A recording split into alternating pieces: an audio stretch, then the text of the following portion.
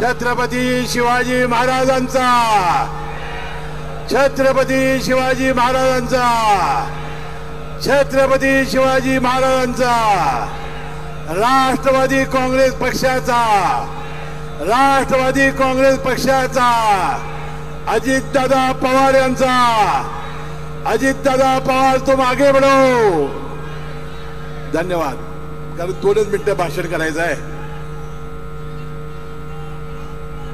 राष्ट्रवादी काँग्रेस पक्षाच्या 26व्या वर्धापन दिनाच्या निमित्ताने आज आपल्या भव्य आणि दिव्य मेळाव्याला उपस्थित राष्ट्रवादी काँग्रेस पक्षाचे राष्ट्रीय अध्यक्ष, राज्याचे कर्तबगार उपमुख्यमंत्री, आमचे नेते आदरणीय अजितदादा, राष्ट्रवादी काँग्रेस पक्षाचे राष्ट्रीय सरचिटणीस आमचे नेते प्रफुल्लभाई, राज्याचे राष्ट्रवादी काँग्रेसचे प्रदेशाध्यक्ष आमचे नेते खासदार तटकरे साहेब, खासदार सुनेत्रा वहिनी, व्यासपीठावर उपस्थित मंत्रिमंडळातील माझे सर्व सहकारी, विधिमंडळातील माझे सर्व सहकारी, राज्याच्या कानाकोपऱ्यातून आलेले सर्व माजी आमदार, सर्व पदाधिकारी, मोठ्या संख्येनं राज्यभरातून आलेले सर्व राष्ट्रवादीचे कार्यकर्ते,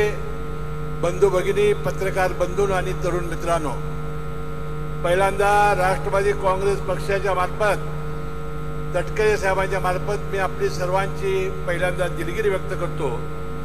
कारण जवळजवळ याहीपेक्षा बाहेर तिप्पट गर्दी जमलेली आहे आणि आम्ही आपली सर्वांची इथं सोय करू शकलो नाही, त्याबद्दल आम्ही दिलगीर आहोत। इतका प्रचंड विराट मेळावा होईल अशी कल्पना राष्ट्रवादी काँग्रेस पक्षाच्या कार्यकर्त्यांना नव्हती। कारण फार मोठा पाऊस ज्यावेळी आम्ही नियोजन केलं होतं त्यावेळी आम्ही मनामध्ये विचार आणलेला होता। बंधू भगिनींनो, राष्ट्रवादी काँग्रेस पक्षाची स्थापना स्वाभिमानाच्या प्रश्नावर 26 वर्षापूर्वी झाली। मी अधिक वेळ घेणार नाही, मी 2-3 मुद्दे मांडून ज्यांच्या भाषणाची आपण वाट पाहतात त्या अजितदादांनी आणि प्रफुल्लभाईंना मी वेळ देणार आहे। पण 26 वर्षापूर्वी आपली राष्ट्रवादी काँग्रेस पक्षाची स्थापना झाली, त्यानंतर अनेक चढ उतार आपण सर्वांनी पाहिलेले आहेत। 2 जुलै 2023ला अजितदादा पवारांच्या नेतृत्वाखाली आम्ही राजकीय भूमिका बदलली। बंधूभगिनींनो, अनेकांच्या भुयावया उंचावल्या, कदाचित सत्तेमध्ये जाण्यासाठी, स्वतःला बचाव करण्यासाठी मंडळी जात आहेत, अशा प्रकारचा अनेक गैरसमज करण्याचा प्रयत्न अनेकांनी केला। बंधू भगिनींनो, आमच्या विचारसरणीमध्ये कोणताही फरक झाला नव्हता। पहिल्यांदा सुद्धा राष्ट्रवादी काँग्रेस एकसंघ असताना पुलोद ज्यावेळा काढलेलं होतं त्यावेळा सुद्धा आम्ही भारतीय जनता पक्षावर गेलेलो होतो। त्यानंतर सुद्धा भारतीय जनता पक्षाला बाहेरून अनेक वेळा आम्ही पाठिंबा दिलेला होता। याही वेळा आम्ही भारतीय जनता पक्षाला, युतीला पाठिंबा दिला। आम्ही आमचं जे शाहू, फुले, आंबेडकर आणि शिवाजी महाराजांचे विचार आहेत ते सोडलेले नाहीत। आणि म्हणून मी सांगू इच्छितो, लोकसभेत ज्या पद्धतीने नरेटिव्ह करण्याचा प्रयत्न झाला, आपल्या देशाचं संविधान बदलणार, या संविधानाच्या प्रश्नावर अनेक समाजामध्ये गैरसमजण्याचा प्रयत्न झाला। मी या निमित्ताने सांगू इच्छितो, राष्ट्रवादी काँग्रेस पक्ष यांनी पुरोगामी विचार सोडलेला नाही। दलित, ओबीसी आणि अल्पसंख्याकांचा खरा जर कोण मित्र असेल तर अजितदादा पवारांच्या नेतृत्वाखाली राष्ट्रवादी काँग्रेस पक्षच म्हणून काम करेल, अशा प्रकारचं आश्वासन या निमित्ताने सर्व नेते आमचे देतील। बंधूभगिनींनो, लोकसभेच्या निवडणुकीत आपला थोडासा कमी मतं आपल्याला मिळाली। 17 जागा फक्त युतीच्या आल्या, 31 जागा महाविकास आघाडीच्या आल्या। विधानसभेच्या निवडणुकीमध्ये काय होईल याची सगळ्यांना भीती होती।